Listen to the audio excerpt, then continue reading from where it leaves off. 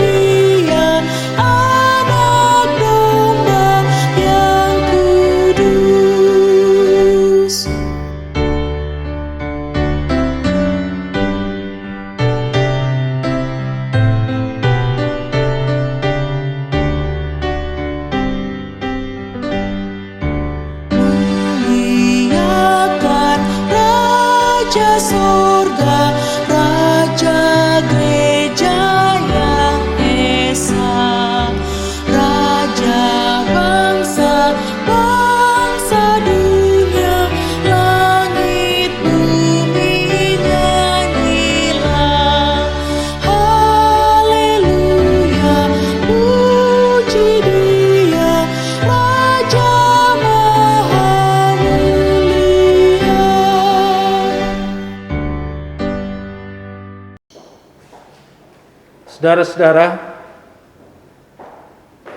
pertolongan kita adalah dalam nama Tuhan yang menjadikan langit dan bumi. Amin, amin.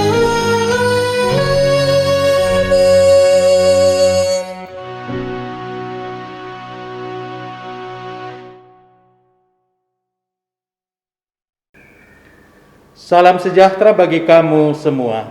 Salam bagimu juga.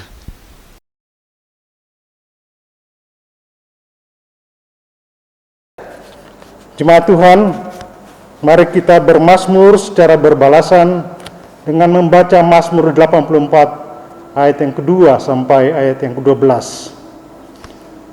Betapa disenangi tempat kediaman-Mu, Ya Tuhan semesta alam, jiwaku hancur karena merindukan. pelataran-pelataran Tuhan, Hatiku dan dagingku bersorak-sorai, kepada Allah yang hidup. bahkan burung pipit telah mendapat sebuah rumah, Dan burung melayang-layang sebuah sarang, tempat menaruh anak-anaknya. pada mezbah-mezbah-Mu ya Tuhan semesta alam. Ya Rajaku dan Allahku, Berbahagialah orang-orang yang diam di rumah-Mu, yang terus-menerus memuji-muji Engkau. Berbahagialah manusia yang kekuatannya di dalam Engkau, yang berhasrat mengadakan siaran. apabila melintasi lembah Baka, Mereka membuatnya menjadi tempat yang bermata air, bahkan hujan pada awal musim menyelubunginya dengan berkat. Mereka berjalan makin lama makin kuat. Hendak menghadap Allah di Sion. Ya Tuhan, Allah semesta alam, dengarkanlah doaku. Pasanglah telinga, ya Allah Yakub. Lihatlah perisai kami, ya Allah, Pandanglah wajah orang yang kau urapi, sebab lebih baik 1 hari di pelataran-Mu, daripada 1000 hari di tempat lain, lebih baik berdiri di ambang pintu rumah Allahku, daripada diam di kemah-kemah orang fasik. sebab Tuhan Allah adalah matahari dan perisai. Kasih dan kemuliaan Dia berikan. Ia tidak menahan kebaikan. Dari orang yang hidup tidak tercela. Bersama-sama, ya Tuhan semesta alam, berbahagialah manusia yang percaya kepadamu.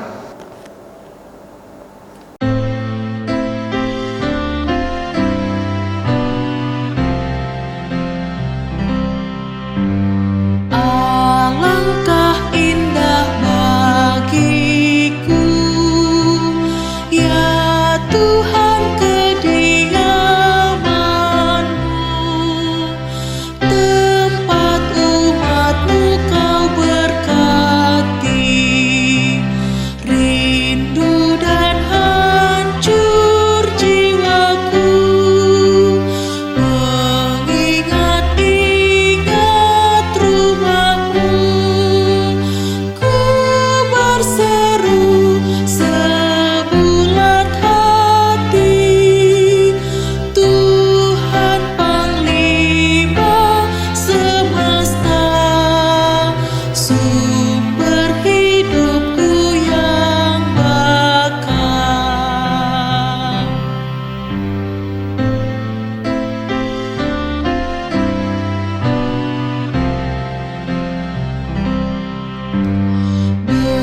Beruntunglah di Bait Kudus, pipit dan walet yang terus, aman bersarang di mezbah-Mu. Lebih-lebih manusia, selamat berbahagia, yang boleh tinggal di rumah-Mu untuk memuji nama-Mu, ya Rajaku, ya Allahku.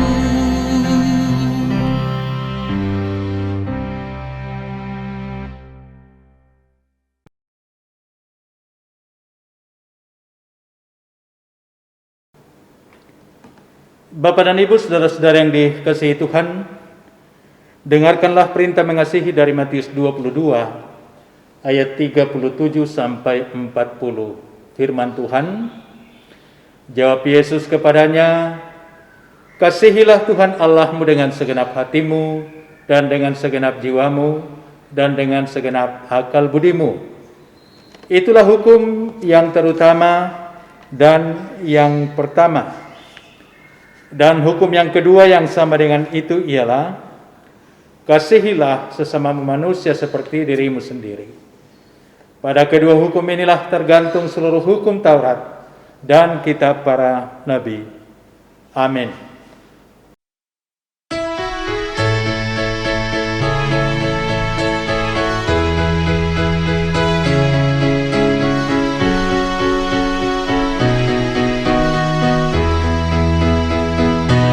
Andaikan aku lakukan yang luhur mulia,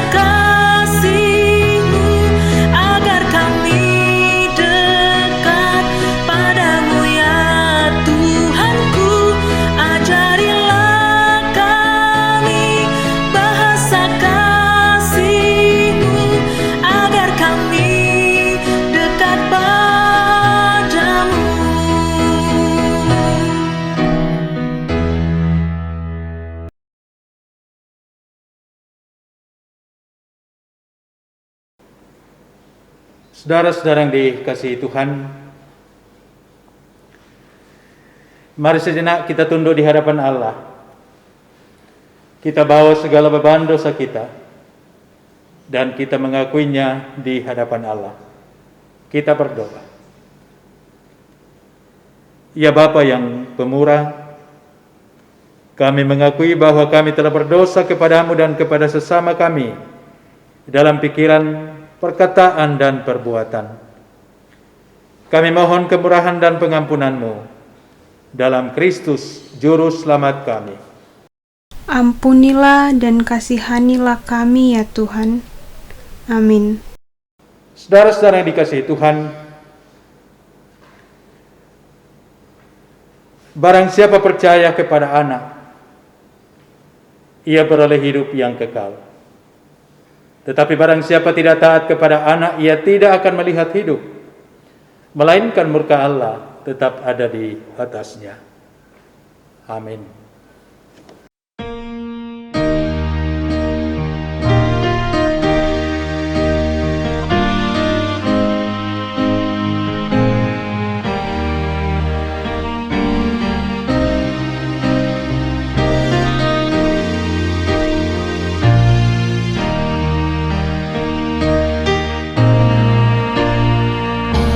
Ajaib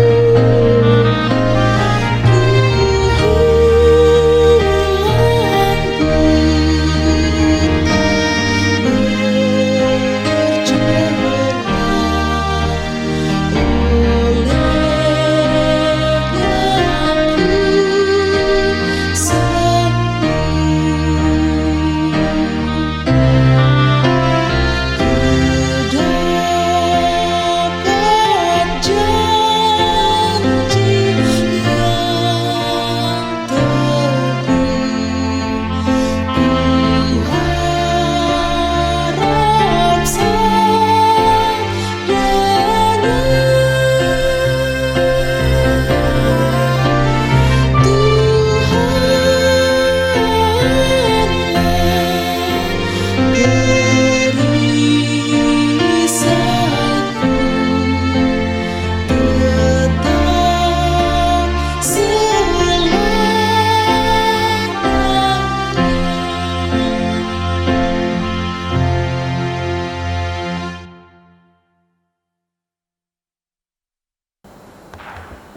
Jemaat Tuhan, mari kita mempersembahkan hati kita untuk mempersembahkan sebagian harta kita kepada Tuhan dengan nas bacaan Mazmur 141 ayat 2. Biarlah doaku adalah bagimu seperti persembahan ukupan dan tanganku yang terangkat seperti persembahan korban pada waktu petang. Saudara-saudara, mari kita mengirimkan persembahan kita kepada QR Code dengan rekening jemaat Gereja Toraja Bandung. Mari kita menyanyikan Kidung PKJ 264 ayat 1 sampai 3. Apalah arti ibadahmu?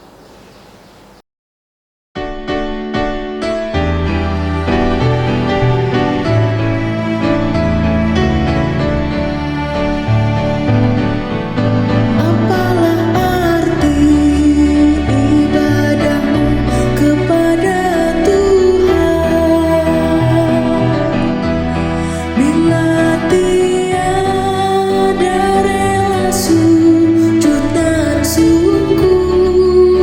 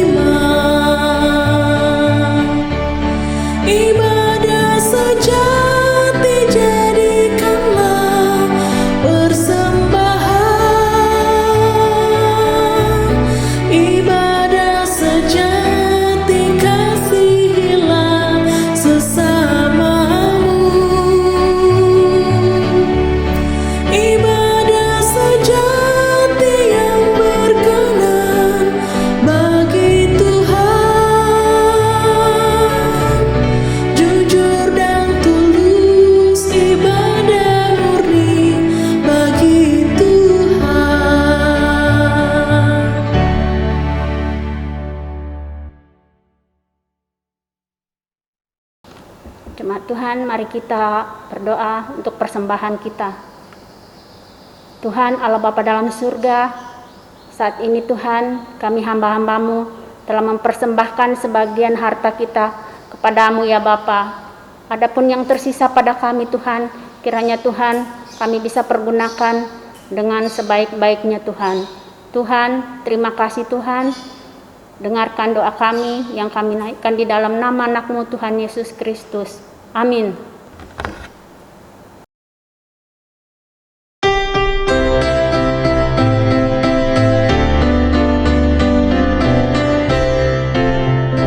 Ucap syukur pada Tuhan karena kita diselamatkan oleh-Nya.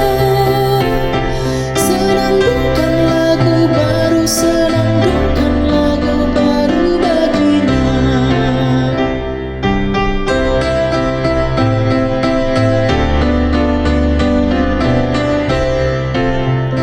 Nyanyikanlah dengan riang karena kasih setia Tuhan, nyanyilah. Senandungkan lagu baru, senandungkan lagu baru bagi-Nya.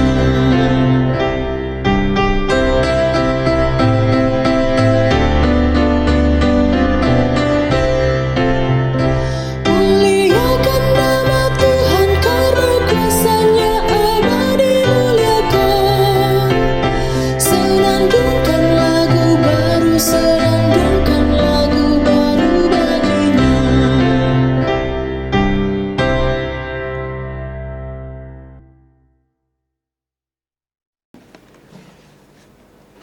Saudara-saudara, untuk pembacaan dan perenungan firman Tuhan hari ini, mari kita mohon pimpinan Tuhan di dalam doa. Kita berdoa. Terpuji nama-Mu ya Allah Bapa dalam sorga, yang boleh mengaruniakan hari kudus bagi kami, untuk kami menikmati persekutuan dan juga akan menikmati berita firman-Mu. Kami mohon kepada-Mu Tuhan, kiranya Roh Kudus-Mu mengurapi setiap kami, baik bagi hamba-hamba-Mu yang akan membacakan, hamba-Mu yang akan menuntun perenungan, pun seluruh hamba-hamba-Mu sidang jemaat yang akan mengikuti pembacaan dan perenungan firman Tuhan hari ini. Kiranya semua kami boleh terberkati lewat firman-Mu. Ya Allah Bapa dalam sorga, bersabdalah, hamba-Mu siap menjadi penyambung lidah Tuhan bagi jemaat-Mu, dan jemaat-Mu siap untuk mendengarkan firman-Mu. Dalam Kristus Yesus kami berdoa. Amin.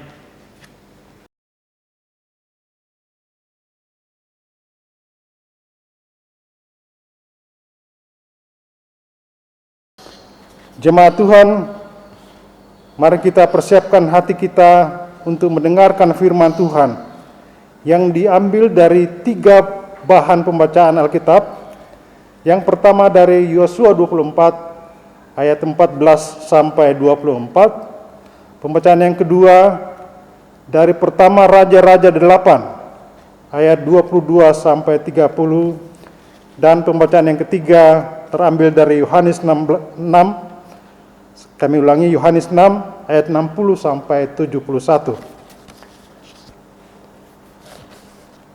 Pembacaan yang pertama dari Yosua 24 ayat 14 sampai 24. Demikian. Oleh sebab itu, takutlah akan Tuhan dan beribadahlah kepada-Nya dengan tulus ikhlas dan setia.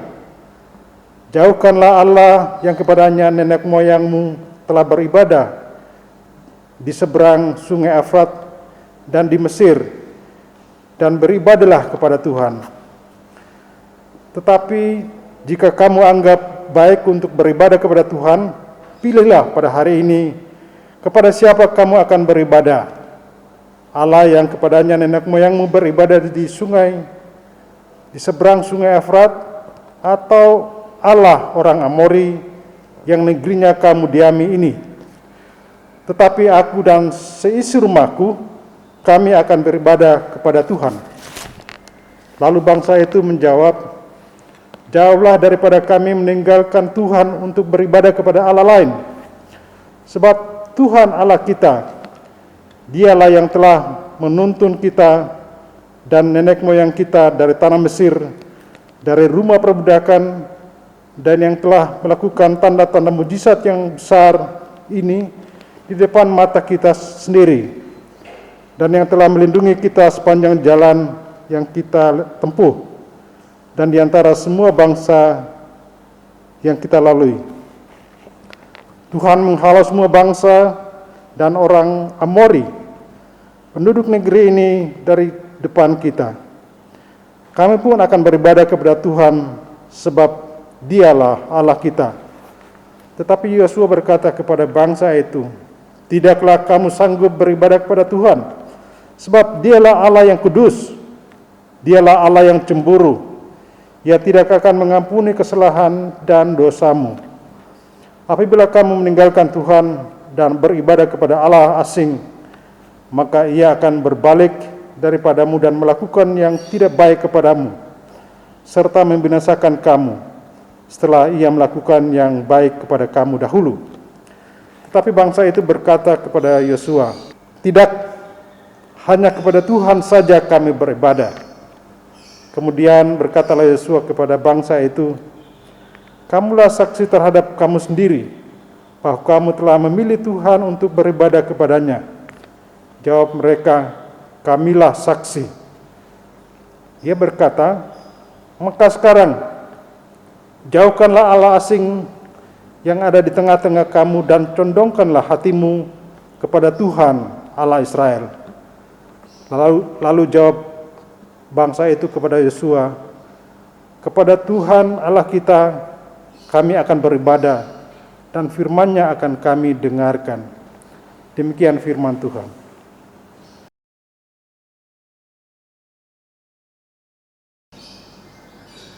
Pembacaan 2 dari 1 Raja-Raja 8 ayat 22 sampai 30. Demikian firman Tuhan. Kemudian berdirilah Salomo di depan mezbah Tuhan di hadapan segenap jemaah Israel. Ditadahkannya lah tangannya ke langit, lalu berkata, ya Tuhan Allah Israel, tidak ada Allah seperti Engkau di langit di atas dan di bumi di bawah. Engkau yang memelihara perjanjian dan kasih setia kepada hamba-hambamu yang dengan segenap hatinya hidup di hadapanmu. Engkau yang tetap berpegang pada janjimu terhadap hambamu Daud, ayahku, dan yang telah menggenapi dengan tanganmu apa yang kau firmankan dengan mulutmu, seperti yang terjadi pada hari ini. Maka sekarang ya Tuhan, Allah Israel, peliharalah apa yang kau janjikan kepada hambamu Daud, ayahku, dengan berkata, keturunanmu takkan terputus di hadapanku dan tetap akan duduk di atas tahta kerajaan Israel, asal anak-anakmu tetap hidup di hadapanku, sama seperti engkau hidup di hadapanku. Maka sekarang ya Allah Israel, biarlah kiranya menjadi nyata keteguhannya janji yang telah kuucapkan kepada hambamu Daud ayahku. Tetapi benar Allah hendak diam di atas bumi, sesungguhnya langit, bahkan langit yang mengatasi segala langit pun tidak dapat memuat engkau. Terlebih lagi rumah yang kudirikan ini.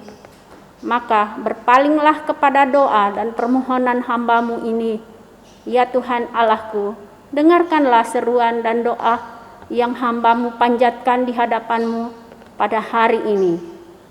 Kiranya matamu terbuka terhadap rumah ini siang dan malam, terhadap tempat yang kau katakan namaku akan tinggal di sana.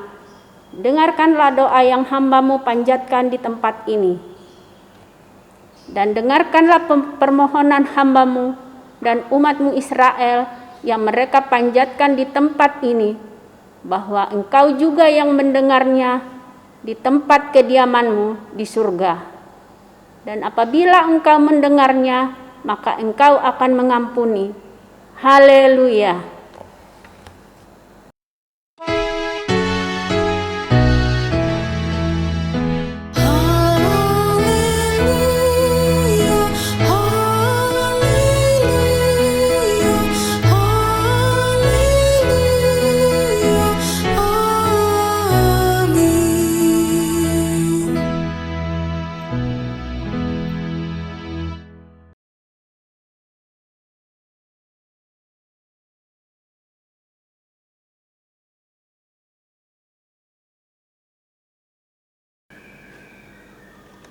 Bacaan ketiga dari kitab Injil Yohanes pasal 6 ayat 60 sampai 71.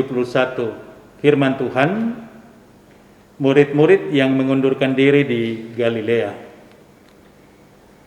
Sesudah mendengar semuanya itu, banyak dari murid-murid Yesus yang berkata, "Perkataan ini keras. Siapakah yang sanggup mendengarkannya?" Yesus yang di dalam hatinya tahu bahwa murid-muridnya bersungut-sungut tentang hal itu, berkata kepada mereka, "Adakah perkataan itu menggoncangkan imanmu?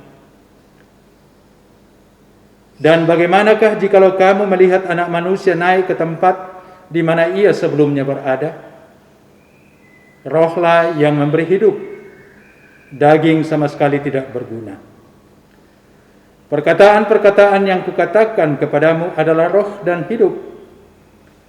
Tetapi di antaramu ada yang tidak percaya. Sebab Yesus tahu dari semula siapa yang tidak percaya dan siapa yang akan menyerahkan dia. Lalu ia berkata, sebab itu telah kukatakan kepadamu, tidak ada seorang pun dapat datang kepadaku kalau Bapa tidak mengaruniakannya kepadanya. Mulai dari waktu itu, banyak murid-muridnya mengundurkan diri dan tidak lagi mengikut dia." Pengakuan Petrus. Maka kata Yesus kepada ke-12 muridnya, "Apakah kamu tidak mau pergi juga?" Jawab Simon Petrus kepadanya, "Tuhan, kepada siapakah kami akan pergi? Perkataanmu adalah perkataan yang hidup dan yang kekal. Dan kami telah percaya dan tahu bahwa Engkau adalah yang kudus dari Allah." Jawab Yesus kepada mereka, "Bukankah aku sendiri yang telah memilih kamu, yang 12 ini? Namun seorang di antaramu adalah iblis." Yang dimaksudkannya ialah Yudas, anak Simon Iskariot, sebab dialah yang akan menyerahkan Yesus. Dia seorang di antara ke-12 murid itu. Amin. Berbahagia setiap orang yang mendengarkan firman-Nya dan mau memeliharanya dalam kehidupan ini. Mengikut Yesus keputusan.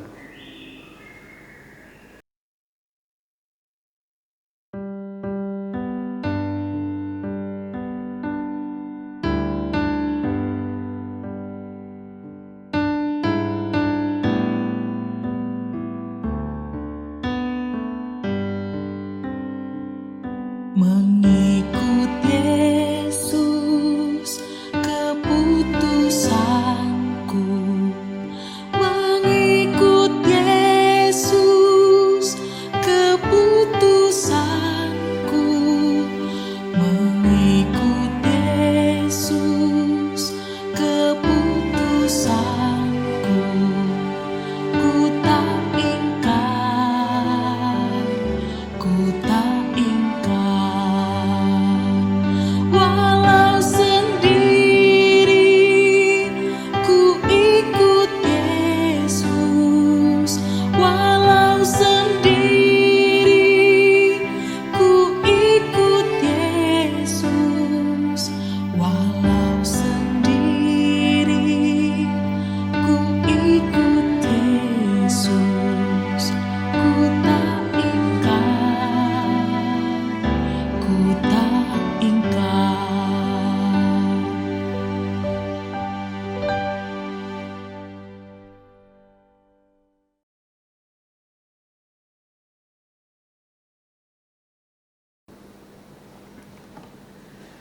Bapak dan Ibu, saudara-saudara yang dikasihi Tuhan, bagi orang Kristen atau bagi kita, mengikut Yesus itu adalah sebuah ketetapan, bukan sebuah alternatif. Konsekuensinya adalah kita dituntut kesetiaan tanpa batas pada panggilan, karena kita yakini bahwa Allah yang kita percayai adalah Allah yang tetap setia pada janjinya, dan karenanya hanya kepada Dia sajalah kita persembahkan hidup kita sebagai persembahan yang sejati. Saudara-saudara, bayangkanlah sebuah gereja, ya, yang bertumbuh mulai dari 12 orang anggota jemaat, lalu hanya dalam waktu 3 tahun gereja itu bertumbuh sangat pesat menjadi 10.000 orang anggota. Hanya 3 tahun. Nah, itu karena di situ, di gereja itu ada pemimpin yang sangat karismatis. Khotbah-khotbahnya sangat inspiratif.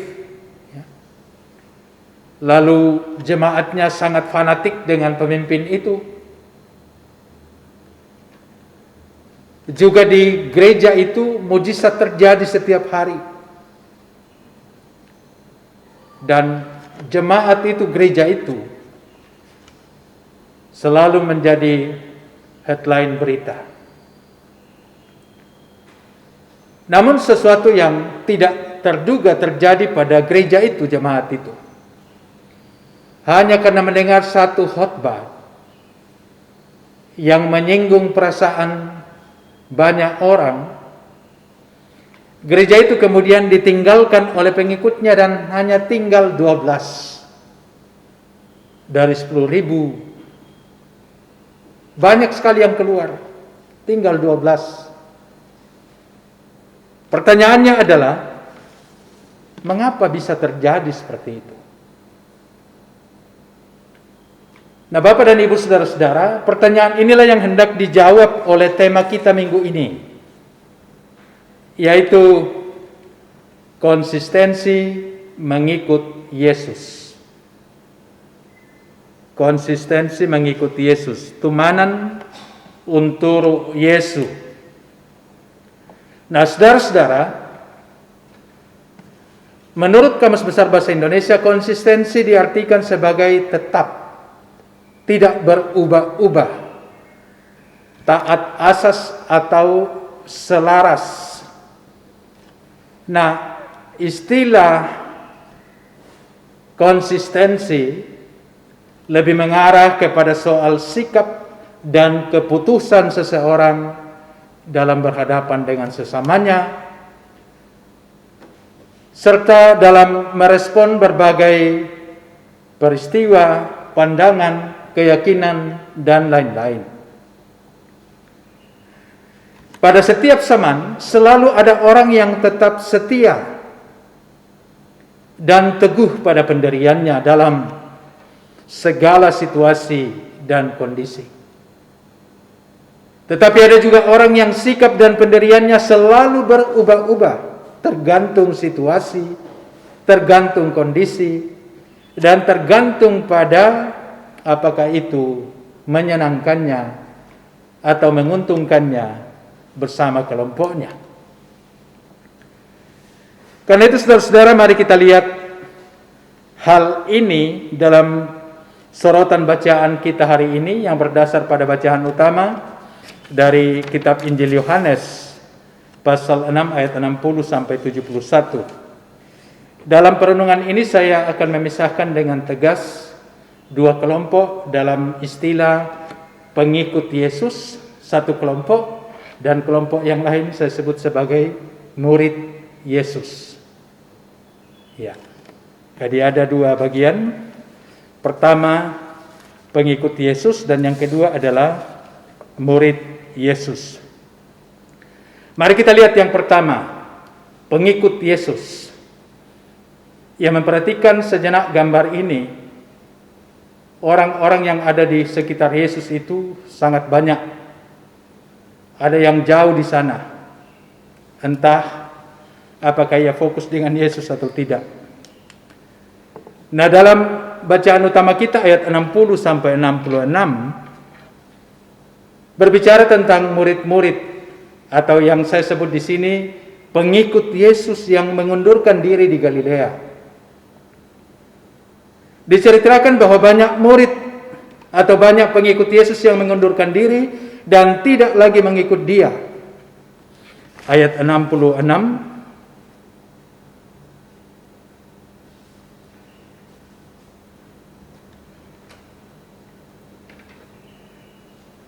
mulai dari waktu itu banyak murid-muridnya mengundurkan diri dan tidak lagi mengikut Dia. Nah, salah satu alasan pengikut ini mengundurkan diri adalah karena tidak sanggup mendengarkan perkataan atau firman yang keras ya, yang disampaikan oleh Yesus. Ayat 60. Sesudah mendengar semuanya itu, banyak dari murid-murid Yesus yang berkata, perkataan ini keras, siapakah yang sanggup mendengarkannya? Perkataan yang keras yang dimaksudkan dalam ayat ini adalah pernyataan Yesus mengenai roti hidup, dirinya sebagai roti hidup atau roti dari sorga. Nah, saudara-saudara, kata bahasa Yunani yang dipakai adalah sklairos, ya, sklairos, yang bukan berarti sulit dimengerti, tetapi sklairos ini berarti sulit diterima dan sulit dilakukan. Jadi karena sulit diterima, sulit dilakukan, mereka mengatakan perkataannya sangat keras. Nah, menurut Calvin, kekerasan itu bukan terletak pada perkataan Yesus, melainkan kekerasan yang bercokol di dalam hati para pendengarnya. Nah, reaksi yang tidak baik terhadap firman Tuhan bukan karena firman itu keras, melainkan hati mereka yang keras. Nah, saudara-saudara, dalam gereja sejak awal sampai sekarang ini, selalu ada orang yang pada mulanya mengaku dan memiliki semangat yang luar biasa mengikut Tuhan. Namun pengakuan dan semangat itu kemudian menjadi pudar dan akhirnya meninggalkan komitmennya sebagai orang Kristen. Ada orang yang menjadi Kristen karena menganggap bahwa kekristenan akan menyelesaikan semua masalah hidupnya yang dialami sehari-hari. Karena itu, ketika tidak terjadi apa yang ia harapkan, maka perlahan-lahan ia meninggalkan keyakinannya itu. Sesungguhnya Yesus tidak pernah menjanjikan bahwa orang yang mengikuti Dia akan selalu aman dan tentram. Malah sebaliknya,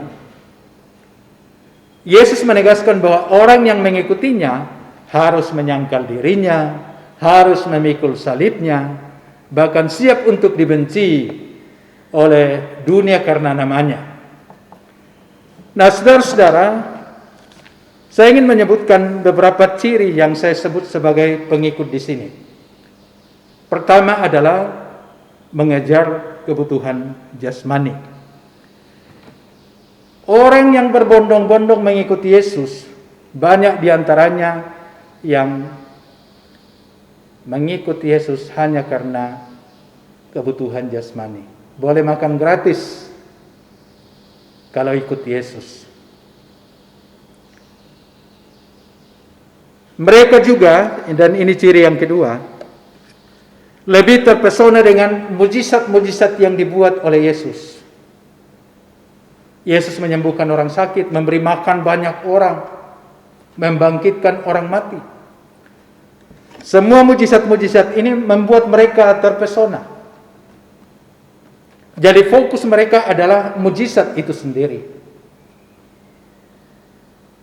Itu ciri pengikut.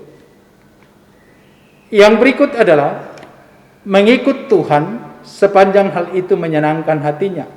Dan ini yang terjadi dalam bacaan kita, perikop kita. ketika tersinggung mendengarkan khotbah Yesus, iman mereka digoncangkan, kesenangan mereka terganggu. Kemudian mereka meninggalkan Yesus. Jadi mereka mengikut Tuhan sepanjang hal itu menyenangkan hatinya. Ciri berikut adalah merasa berhak untuk mengatur pimpinan. Kalau kita mencermati perikop sebelumnya dan juga perikop utama kita hari ini, kita melihat bagaimana para pemimpin itu atau pengikut-pengikut Yesus ini merasa berhak untuk mengkritik Yesus dengan khotbah yang mereka anggap tadi keras. Padahal sekali lagi, bukan apa yang Yesus sampaikan yang keras, tetapi hati mereka yang keras. Khotbah diinterupsi. Ciri pengikut yang lain adalah turut ramai dengan orang banyak, tidak memiliki hubungan personal dengan Tuhan dan umat. Jadi ia terlibat dalam persekutuan menjadi pengikut Yesus, tapi tidak punya hubungan personal dengan Yesus, tidak punya hubungan personal dengan sesama umat. Dan ciri yang terakhir adalah loyalitasnya sangat lemah. Ketika ada sedikit gangguan, ia begitu gampang mengundurkan diri. Saudara-saudara, pengikut Tuhan atau pengikut Yesus adalah orang yang sesungguhnya masih fokus dengan dirinya sendiri. Keikutsertaannya mengikut Tuhan masih sangat ditentukan oleh kepentingannya dan kesenangan dirinya. Ketika kepentingannya dan kebutuhannya tidak terpenuhi, perasaannya dan kehormatannya terganggu, maka dengan gampang ia meninggalkan Tuhan. Itulah yang terjadi pada pengikut Tuhan Yesus di Galilea, yang mengundurkan diri karena merasa apa yang Tuhan Yesus katakan itu telah menyinggung perasaan mereka. Dianggapnya bahwa apa yang Yesus sampaikan itu terlalu keras. Padahal hati mereka lah yang keras. Hati yang tidak tahu dan tidak mau menerima kebenaran Tuhan. Nah, karena itu saudara-saudara, hal pertama yang menjadi pesan bagi kita lewat khotbah hari ini adalah kita tidak cukup menjadi pengikut Tuhan Yesus saja. Sekali lagi, tidak cukup menjadi pengikut Tuhan Yesus saja. Kita harus betul-betul jadi murid supaya kita kuat. Selanjutnya, untuk kita semua, jangan puas telah menjadi Kristen atau telah menjadi pengikut Yesus. Kita harus menjadi murid Tuhan Yesus yang siap dibentuk serupa dengan dirinya, serupa dengan Kristus. Jangan menjadi murid Yesus, tetapi mau kita yang jadi. Itu pesan firman Tuhan yang pertama. Yang kedua adalah kelompok yang saya sebut sebagai murid Yesus. Ya, murid Yesus. Kalau memperhatikan gambar ini, murid-murid itu selalu berada di sekitar Yesus. Mereka dengan penuh ketundukan, ketaatan, keseriusan mendengarkan apa kata Yesus. Nah, saudara-saudara, dalam ayat 67 sampai ayat yang ke-70, Yesus menantang murid-muridnya, yaitu 12 orang tadi, dengan mengajukan pertanyaan apakah mereka juga tidak mau pergi. Ayat 67. Maka kata Yesus kepada ke-12 muridnya, apakah kamu tidak mau pergi juga? Yesus memberi kebebasan bagi murid-muridnya untuk menentukan sikap dan pilihan masing-masing. seperti orang-orang lain yang datang mengikut dia. Tetapi kemudian mereka memilih meninggalkan Yesus karena merasa tidak mampu memikul akibat-akibat dari mengikuti Yesus. Pernyataan Tuhan Yesus ini yaitu meminta ketegasan sikap dari murid-muridnya, memberikan pilihan kepada murid-muridnya. Juga sama maknanya dengan apa yang dikatakan Yosua dalam bacaan pertama kita. Dalam Yosua pasal 24 ayat yang ke-15, di sana disebutkan, tetapi jika kamu anggap tidak baik untuk beribadah kepada Tuhan, pilihlah pada hari ini kepada siapakah kamu akan beribadah. Allah yang kepadanya nenek moyangmu beribadah di seberang sungai Efrat, atau Allah orang Amori yang negerinya kamu diami ini? Tetapi aku dan seisi rumahku, kami akan beribadah kepada Tuhan. Jawaban yang penuh percaya diri dinyatakan oleh Petrus dalam ayat 68 dan 69. Jawab Simon Petrus kepadanya, Tuhan, kepada siapakah kami akan pergi? Perkataanmu adalah perkataan hidup yang kekal, dan kami telah percaya dan tahu bahwa Engkau adalah yang kudus dari Allah. Saudara, pengakuan yang isinya sama juga diucapkan oleh Petrus ketika Yesus bertanya, siapakah dia? Itu bisa kita baca dalam Matius 16 ayat 13 sampai 20, atau di Markus 6 ayat 27 sampai 30, dan Lukas 9 ayat 18 sampai 21. Sama halnya ketika orang Israel menentukan pilihan dengan tegas, mereka menyatakan, hanya kepada Tuhan saja kami akan beribadah. Yosua 24 ayat yang ke-21. Tetapi bangsa itu berkata kepada Yosua, tidak, hanya kepada Tuhan saja kami akan beribadah. Juga di ayat 24, lalu jawab bangsa itu kepada Yosua, kepada Tuhan Allah kita kami akan beribadah, dan firman-Nya akan kami dengarkan. Nah, bagi Petrus juga murid-murid yang lain, hanya ada satu kenyataan bahwa tidak ada orang lain yang dapat dijadikan panutan selain Yesus. Konsistensi Petrus dan murid-murid lainnya seperti halnya mencerminkan iman yang sungguh-sungguh kepada Tuhan. Alasan mereka adalah tidak ada Allah lain yang seperti Allah di langit dan di atas bumi, yang memelihara perjanjian dan kasih setia kepada yang dengan segenap hati hidup di hadapannya. 1 Raja-Raja 8 ayat 23, bacaan kedua.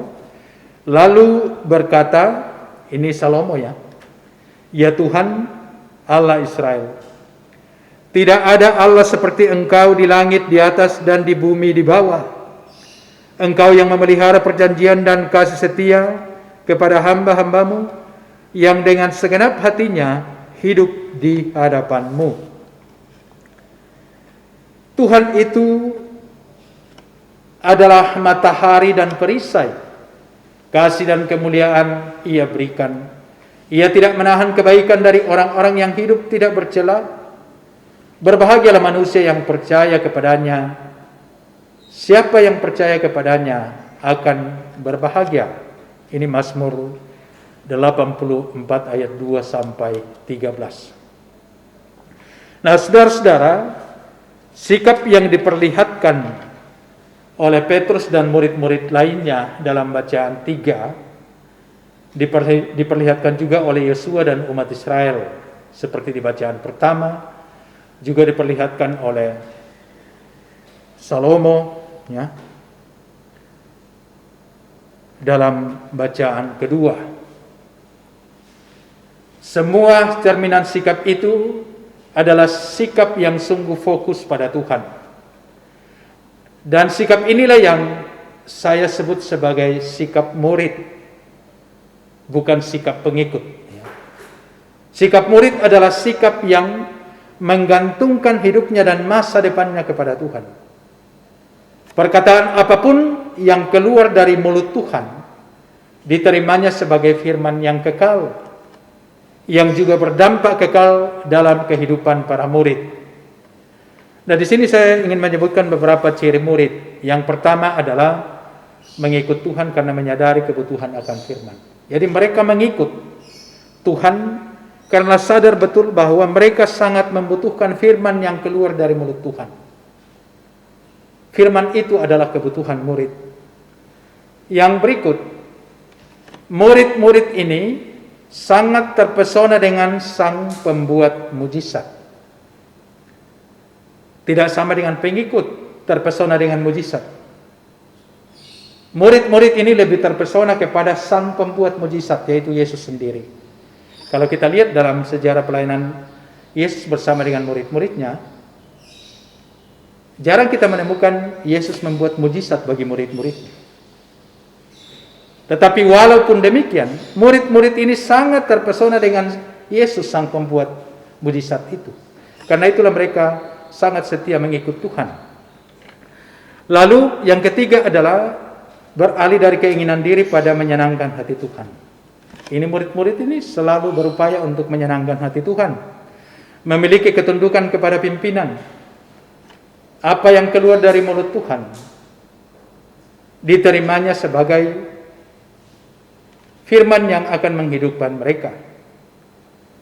Lalu seperti digambar tentang murid Yesus tadi, mereka ada di sekitar kaki Yesus. Di situ mereka sementara dimuridkan untuk menjadi murid-murid yang hebat, memiliki hubungan personal dengan Tuhan dan umat Tuhan. Mereka tahu apa yang Yesus inginkan dalam hidup ini. Demikian pun kita. Kita harus tahu apa yang Tuhan inginkan dalam hidup kita. Kita juga harus tahu kepentingan-kepentingan bersama sebagai umat Tuhan. Dan yang pasti mereka memiliki loyalitas yang tinggi sebagai pengikut Tuhan. Saudara-saudara, memang yang Yesus janjikan adalah tujuan akhir, yakni keselamatan dan hidup yang kekal di dalam kerajaan Allah. Sehingga orang-orang yang percaya kepadanya juga harus siap memikul konsekuensi-konsekuensi dari pengakuan imannya. Inilah sikap yang konsisten dalam beragama dan beriman. Setia berjalan di belakang Yesus sampai akhir. Di dalam kekristenan paling tidak ada dua kesulitan yang sangat nyata yang harus dihadapi oleh murid-murid. Pertama adalah kekristenan itu menuntut daya penyerahan diri sepenuhnya atau total kepada Tuhan dan juru selamat, serta menerima Dia sebagai satu-satunya penguasa atas hidup kita. Harus ada penyerahan diri total. Yang kedua adalah kekristenan menuntut ukuran moral yang sangat tinggi. Ada standar ilahi, ada standar surgawi yang harus dihidupi oleh kita sebagai buah dan resiko dari keberimanan kita kepada Yesus. Bukan moral yang baik atau perbuatan baik yang menyelamatkan, tetapi perbuatan baik itu atau standar moralitas yang tinggi itu adalah cerminan iman kita kepada Tuhan. Nah, saudara-saudara yang dikasihi Tuhan, tantangannya jelas, tetapi justru di tengah tantangan itu dituntut konsistensi dari kita. Kita diingatkan oleh firman Tuhan dalam Matius 22 ayat 14. Banyak yang dipanggil tapi sedikit yang terpilih. Banyak dipanggil. Mengapa sedikit terpilih? Karena tidak konsisten. Nah, supaya kita yang telah dipanggil ini juga terpilih, maka dibutuhkan dari kita sikap konsisten mengikuti Yesus kapanpun dan dimanapun. Karena itu saudara-saudara, pesan firman Tuhan yang kedua untuk kita hari ini adalah bahwa sebagai murid-murid Tuhan Yesus, kita harus belajar pada perkataan yang hidup dan menghidupkan, yaitu firman Allah. Firman Allah itu kebutuhan kita. Karena itu kebutuhan kita, mau tidak mau harus kita terima. Kita harus membuka diri untuk diterangi oleh firman Tuhan sesuai dengan maksud Tuhan. Dan hanya dengan menjadi murid Tuhan Yesus, yaitu murid yang terus belajar, terus menyelami pikiran-pikiran Yesus, semakin menghayati kasih-Nya, semakin tahu prioritas Yesus dalam kehidupan kita,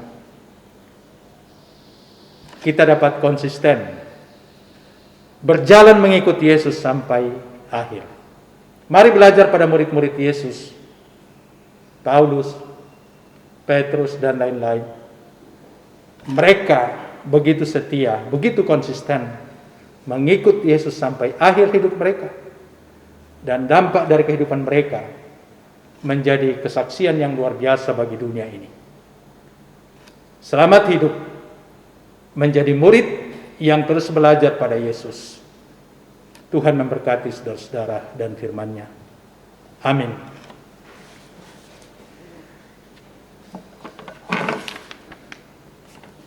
Saudara-saudara, mari kita bersaat teduh.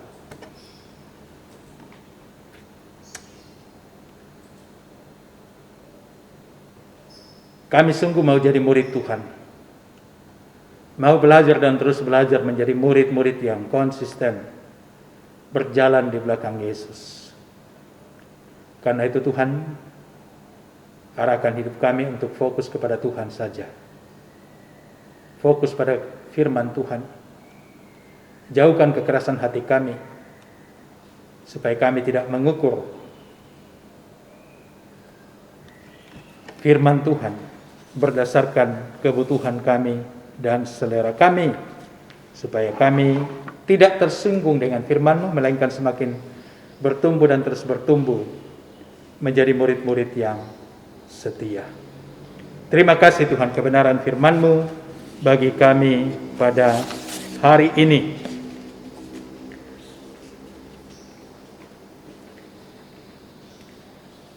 Saudara-saudara, mari kita bersehati dalam doa syafaat. Mari kita berdoa. Syukur kepada Tuhan untuk ibadah yang boleh kami lakukan hari ini. Syukur kepada-Mu Tuhan untuk kebenaran firman-Mu yang boleh kami baca dan renungkan. Kiranya firman-Mu hari ini sungguh mengokohkan kami untuk mau terus dan terus menjadi murid yang siap belajar, siap dibentuk untuk semakin serupa dengan Kristus. Supaya dengan itu kami menjadi orang-orang, murid-murid yang konsisten berjalan mengikut Tuhan. Juga bersyukur kepada Tuhan atas berkat-berkat yang Tuhan nyatakan dalam kehidupan jemaat-Mu sepekan kerja yang lalu. Berkat kesehatan, kehidupan, dan berbagai bentuk berkat pemeliharaan. Terima kasih semuanya. Kami bersyukur kepada Tuhan bersama beberapa saudara kami yang boleh menikmati sukacita ulang tahun sepekan ke depan. Bersyukur bersama Tri Kurnia Mansi, 23 Agustus. Ani Doludea, ulang tahun 28 Agustus. Ari Rerung Superdani, ulang tahun 28 Agustus. Dan Titania Tangyong, ulang tahun 28 Agustus. Mungkin masih ada saudara-saudara kami yang juga menikmati sukacita ulang tahun kelahiran dan ulang tahun pernikahan. Kami berdoa, hamba-Mu berdoa, Tuhan sempurnakan sukacita hamba-hamba-Mu dan tetap karuniakan umur panjang, kesehatan, dan limpah berkat dalam kehidupan mereka. Bapa dalam sorga, lewat doa syafaat ini hamba-Mu berdoa untuk kehidupan umat-Mu sepekan kerja ke depan. Tuhan memberkati, berkati dalam hidup rumah tangga masing-masing. Kiranya di setiap rumah tangga selalu ada kasih, sukacita, dan damai sejahtera. Dan ada berkat-berkat Tuhan yang terus menjamin kehidupan mereka siang dan malam. Berkati suami istri dalam rumah tangga, berkati anak-anak, berkati pekerjaan mereka pada berbagai bidang pekerjaan, berkati anak-anak dalam belajar dari rumah, juga berkati para orang tua dalam usia indah. Kami doakan para lansia kiranya terus diberkati, terus diberi kekuatan dan sukacita hidup bersama dengan anak dan cucu. Juga berdoa bagi mereka yang dalam kelemahan tubuh. Terus kami doakan Ibu Rika Dartika, Bapak Yanto, Roni Tuling, dan semua jemaat yang sementara berobat jalan. Tuhan berkati, Tuhan pulihkan. Bapa dalam sorga juga berdoa untuk rencana pelayanan ke depan. Tuhan memberkati baik di tingkat jemaat, klasis, wilayah, bahkan sinode. Sidang sinodiam yang tertunda karena pandemi, Tuhan buka kemungkinan terbaik untuk boleh melakukannya. Juga berbagai bentuk pelayanan yang kami akan hadapi, Tuhan menolong, Tuhan memampukan. Bapa dalam surga, kami juga berdoa untuk pemerintah bangsa dan negara kami, terutama di tengah-tengah pandemi COVID-19. Terus kami berdoa kiranya Tuhan menolong pemerintah kami di dalam menangani pandemi ini. Kiranya kekuatan, kesehatan, dan hikmat dari Tuhan tetap menjadi bagian kehidupan mereka untuk terus memberi yang terbaik. Berkati para satgas, tenaga kesehatan, TNI Polri, dan semua yang terus bergerak di garda terdepan demi pemulihan bangsa kami dari pandemi ini. Tuhan menolong. Juga berdoa untuk pemulihan ekonomi bangsa kami. Ada begitu banyak orang yang berteriak karena kelaparan. Kiranya lewat usaha yang maksimal dari pemerintah kami dan juga partisipasi seluruh masyarakat bangsa ini, kondisi ekonomi bangsa kami akan kembali pulih. Bapa dalam sorga, terima kasih untuk pelayanan yang boleh kami angkat bersama hari ini, baik oleh majelis gereja, tim multimedia, tim musik. Berkati semua pelayanan kami, dan berkati kami untuk terus sukacita melayani Tuhan ke depan. Bapa dalam surga, inilah doa syafaat kami. Ampuni dosa kami Tuhan. Dengarkan kami yang berdoa kepadamu di dalam nama Kristus Yesus yang sudah mengajar kami berdoa bersama. Bapa kami yang di sorga, dikuduskanlah namamu, datanglah kerajaanmu, jadilah kehendakmu di bumi seperti di sorga. Berikanlah kami pada hari ini makanan kami yang secukupnya. Dan ampunilah akan kesalahan kami, seperti kami juga mengampuni orang yang bersalah kepada kami. Dan janganlah membawa kami ke dalam pencobaan, tetapi lepaskanlah kami daripada yang jahat. Karena Engkaulah yang punya kerajaan dan kuasa dan kemuliaan sampai selama-lamanya. Amin.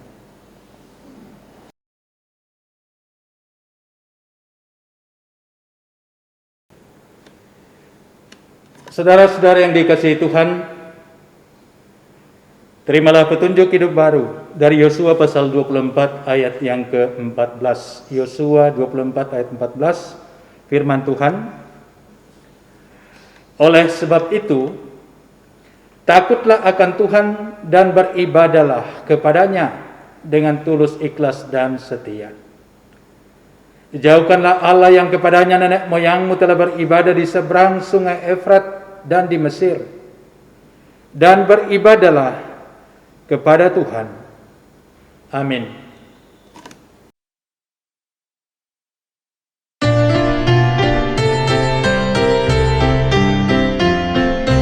Ku mau berjalan dengan juru selamatku di lembah berbunga dan berair sejuk. Ya kemana juga aku mau mengikutnya sampai aku tiba di negeri bakal. Ikut, ikut, ikut Tuhan Yesus. Ku tetap mendengar dan mengikutnya.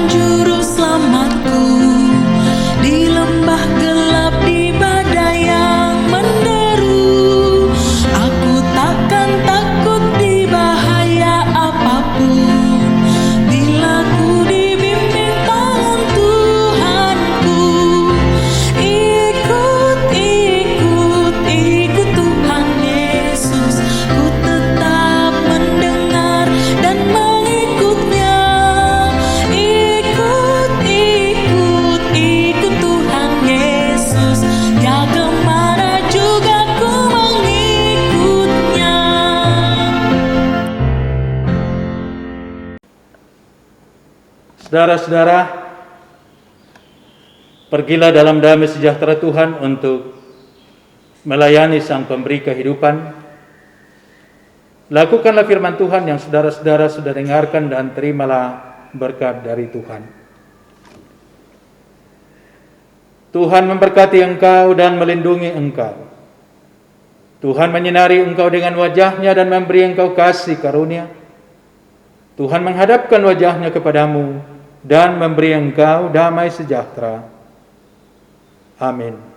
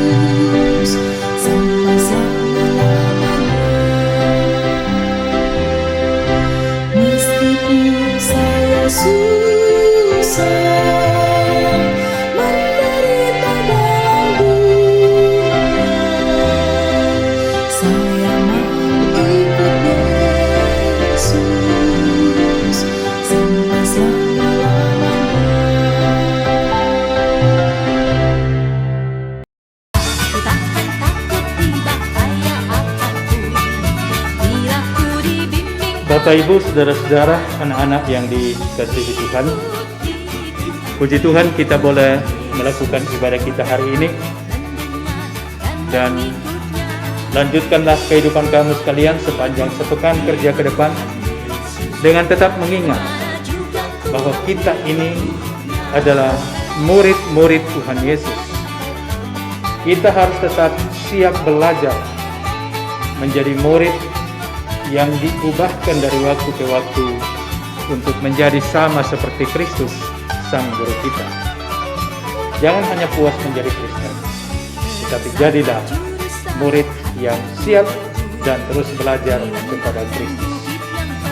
Selamat melanjutkan kehidupan dan perjuangan sepekan kerja ke depan. Tetap semangat. Tuhan memberkati saudara-saudara sekalian. Shalom.